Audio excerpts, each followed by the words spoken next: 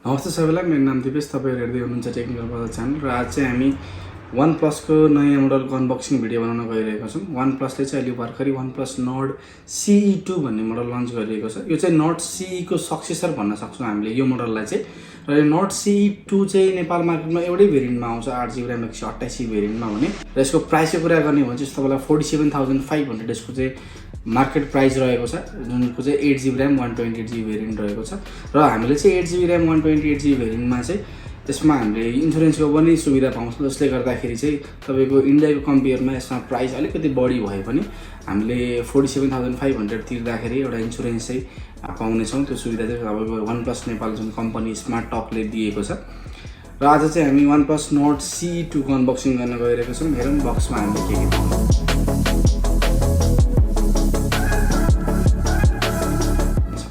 अब चाहिँ हामी फोन अनबक्स गर्न गइरहेको छौँ।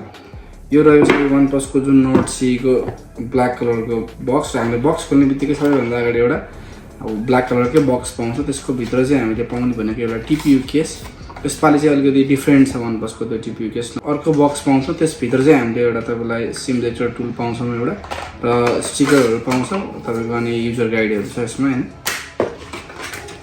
र अब चाहिँ हामी त्यसको भित्र गइसकेपछि फोन पाउँछ, जुन चाहिँ तपाईँको बाहामा ब्लू भन्ने कलर रहेको छ। यो चाहिँ यसको फोनलाई चाहिँ हामी साइडमा राखेर पहिलो सुरु बक्सको एसेसरिजहरू चाहिँ हामी हेर्छौँ के छ भनेर। यसमा चाहिँ अर्को हामीले पाउने भनेको 65 वाटको सुपर बुक एडाप्टर भनेर पाउँछौँ।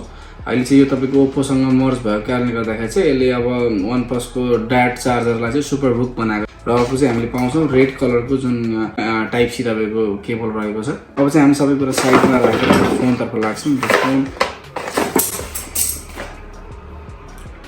यो रहेको छ फोन, जुन चाहिँ तपाईँको स्लाइटली Nord CE जुन योभन्दा अगाडिको मोडलभन्दा अलिकति ठुलो लाग्छ हातमा लिँदाखेरि, र वेट वाइज चाहिँ अलिकति लाइट फिल हुन्छ फोन हातमा लिँदाखेरि। र ब्याकमा तपाईँले डिजाइन देख्न सक्नुहुन्छ, अलिकति Nord CE2 चाहिँ तपाईँको Nord CE भन्दा कम्प्लिटली डिफ्रेन्ट नै देखिन्छ। ठ्याक्कै हेर्ने बित्तिकै छुट्टिने टाइपको छ। यो चाहिँ Nord CE2 भयो र हामीसँग यो चाहिँ Nord CE भयो। तपाईँले Nord CE र Nord CE2 को डिफ्रेन्स देख्न सक्नुहुन्छ। अलिकति तपाईँको डिफ्रेन्ट छ। क्यामेराको तपाईँको जुन लेन्सहरू चाहिँ ठुल्ठुलो बनाइदिएको छ, हेर्दाखेरि अलिकति ठुलो देखिन्छ, एट्र्याक्टिभ देखिन्छ। र तपाईँको डिजाइन वाइज चाहिँ मलाई Nord CE भन्दा चाहिँ Nord CE2 अलिकति एट्र्याक्टिभ लाग्यो। पछाडिको तपाईँको ब्याक डिजाइन हेर्दा चाहिँ अब यो हुनु चाहिँ प्लास्टिक बिल्ड डिजाइन रहेछ, तर पनि हेर्दाखेरि चाहिँ ग्लास जस्तो देखिन्छ टक्कै हेर्दाखेरि चाहिँ, त्यो राम्रो लाग्यो मलाई। यो फोनको चाहिँ डिस्प्लेको कुरा गर्नुपर्दा चाहिँ हामीले यसमा 6.43 इन्च एमोलेड डिस्प्ले पाउँछौँ भने यसमा तपाईँलाई FHD+ को रेजोल्युसन रहेको छ। यसमा तपाईँलाई 90 हर्ट्जको रिफ्रेस रेट पनि दिएको छ, जसले गर्दाखेरि टच रेस्पोन्स अलिकति स्मुथ छ। र यो फोनको अब चाहिँ हामीले नर्मली आज चाहिँ अनबक्सिङ भएको कारणले गर्दाखेरि चाहिँ सर र तपाईँको यसको फिचर्सहरू मात्र भन्छौँ। त्यसमा तपाईँलाई ऱ्याम रोमको कुरा गर्नुपर्दा 8GB RAM 128GB रोम रहेको छ भने यो फोनको तपाईँलाई युआईको कुरा गर्नुपर्दा चाहिँ यसमा Oxygen OS 11 मा आउँछ। यो अलिकति पुरानो हो, तर यसमा तपाईँको कलर्स OS आउने जुन हल्ला थियो, तर यसमा चाहिँ OnePlusले Oxygen OS नै लिएर आएको छ। र बेस्ड अन Android 11, सायद यसमा Android 12 लिएर आइदिएको भए अझ बेटर हुन्थ्यो होला, तर यसमा चाहिँ अहिले Android 11 दिएको छ। त्यो पनि ठिकै छ। अब हामी चाहिँ ब्याट्रीको कुरा गर्नुपर्दा चाहिँ यसमा हामीले 4500 mAh को ब्याट्री पाउँछौँ भने यसको चाहिँ तपाईँलाई चार्जिङ स्पिड चाहिँ Nord CE को कम्पेयरमा चाहिँ यसको चार्जिङ स्पिड बढाइदिएको छ। Nord CE मा हामीले 30 वाटको चार्जर पाउँथ्यौँ भने यसमा चाहिँ हामीले 65 वाटको बुक चार्जर पाउनेछौँ, जसले गर्दाखेरि तपाईँको चार्ज स्पिड चाहिँ अझ तपाईँको फास्ट छ। जस्तो 32 मिनटमा फुल चार्ज हुन्छ यो फोन चाहिँ, फुल्ली चार्ज गर्नुपर्दाखेरि चाहिँ। अब यसको हामी चाहिँ प्रोसेसर कुरा गर्नुपर्दा चाहिँ यसमा चाहिँ हामीले Dimensity 900 5G प्रोसेसर पाउनेछौँ, जसको चाहिँ तपाईँको nm हेर्ने हो भने 6nm रहेको छ। र जुन कारणले गर्दाखेरि चाहिँ ब्याट्री चाहिँ एकदमै लङ लास्टिङ हुन्छ, तपाईँको 4500 mAh ब्याट्री भए पनि, र हिटिङ पनि अलिकति कम हुन्छ यो फोनमा चाहिँ।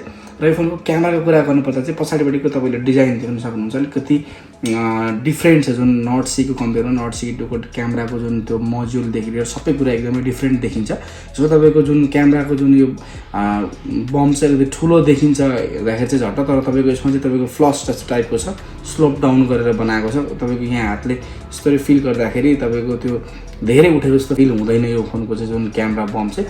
यसको मेगापिक्सलको कुरा गर्नुपर्दा चाहिँ ब्याकमा हामीले एउटा मेन सेन्सर पाउँछौँ, 64 मेगापिक्सलको f1.8 एपर्चर पाउँछौँ भने अर्को चाहिँ हामीले 8 मेगापिक्सलको चाहिँ अल्ट्रा वाइड पाउँछौँ, र 2 मेगापिक्सलको चाहिँ म्याक्रो पाउँछौँ। र फ्रन्ट क्यामेराको कुरा गर्नुपर्दा चाहिँ फ्रन्ट क्यामेरा चाहिँ हामीले साइडमा पाउँछौँ, साइडमा पन्च होल डिस्प्ले रहेको छ। र तपाईँको चाहिँ मेगापिक्सलको कुरा गर्ने हो भने चाहिँ 16 मेगापिक्सलको फ्रन्ट क्यामेरा रहेको छ, र f2.0 एपर्चर प्रोसेसर रहेको छ।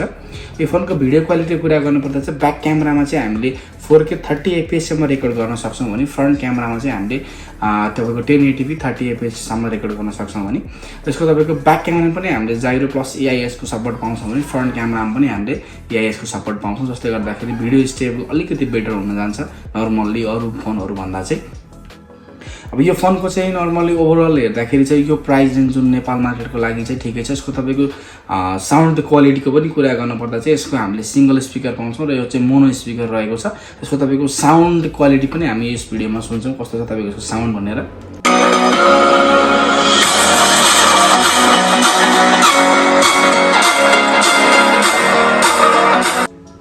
यसको चाहिँ सिङ्गल स्पिकर भयो भने मलाई चाहिँ एकदम लाउडै लाग्यो। यसको स्पिकर क्वालिटी चाहिँ ठिकठाकै छ यो प्राइस रेन्जको लागि चाहिँ। र अब त्यसको हामीले पोर्ट्स एन्ड बटनको कुरा गर्नुपर्दा चाहिँ हामीले यसको मुनिपट्टि चाहिँ एउटा स्पिकर ग्रिल पाउँछौँ र बिचमा चाहिँ तपाईँको USB Type C पाउँछौँ भने त्यसको साइडमा चाहिँ हामीले 3.5mm ज्याक पनि पाउँछौँ। यसको तपाईँको राइट साइडपट्टि चाहिँ हामीले पावर बटन पाउँछौँ भने यसको लेफ्ट साइडपट्टि चाहिँ volume up and down button पाउँछौँ।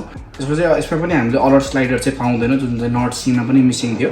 सिम ट्रे चाहिँ कस्तो छ भनेर चेक गर्न गइरहेको छ। यसको सिम ट्रे चाहिँ हामीलाई डेडिकेटेड SD कार्ड दिएको छ। यसको तपाईँको नयाँ टाइपले डिजाइन गरेको छ। यसमा फ्रन्टपट्टि चाहिँ हामीले तपाईँलाई सिङ्गल 1 2 दुईवटा सिम छ, त्यसको पछाडिपट्टि चाहिँ SD कार्ड राख्न मिल्ने बनाएको छ। फोनको ओभरअल डिजाइनको कुरा गर्न गइरहेको छौँ। ओभरअल डिजाइनमा चाहिँ यो फोन हेर्दाखेरि चाहिँ तपाईँको ओप्पोको Reno 7 जस्तो देखिन्छ पछाडिपट्टिको डिजाइन चाहिँ। र तपाईँको इनह्यान्ड फिल चाहिँ तपाईँको जुन एकदमै लाइट छ 174 ग्राम भएको कारणले गर्दाखेरि होला सायदै यो एकदमै लाइट छ। तपाईँको हातमा लिँदाखेरि पनि एकदम लाइट फिल हुन्छ। फिङ्गरप्रिन्ट चाहिँ तपाईँको मलाई चाहिँ एकदमै फास्टै लाग्यो, फास्ट नै छ। तपाईँको सुनेदेखि खुल्छ।